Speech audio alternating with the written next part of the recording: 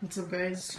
Just got my shipment from Torque Solutions, so I was just gonna do a quick unboxing video. So we can do this with one hand though.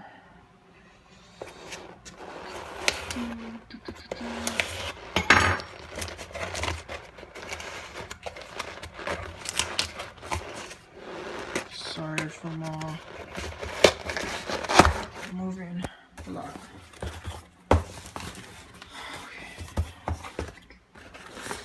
So I can just put you guys down or something just right now.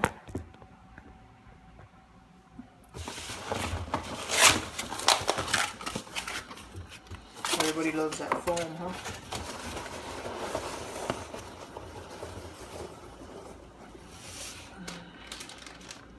There's a plate itself.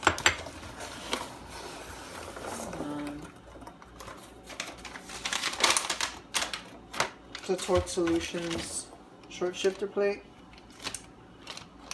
Right now I do have a JBR in there, but I had no idea there was on. It was already equipped with one because I bought the car like that. So I bought this for nothing, but I just want to put it on just to see if there's any difference. I heard that they're really good, so I just want to give it a shot. So, but yeah, you guys can really see it. Sorry. Oh, sorry, guys.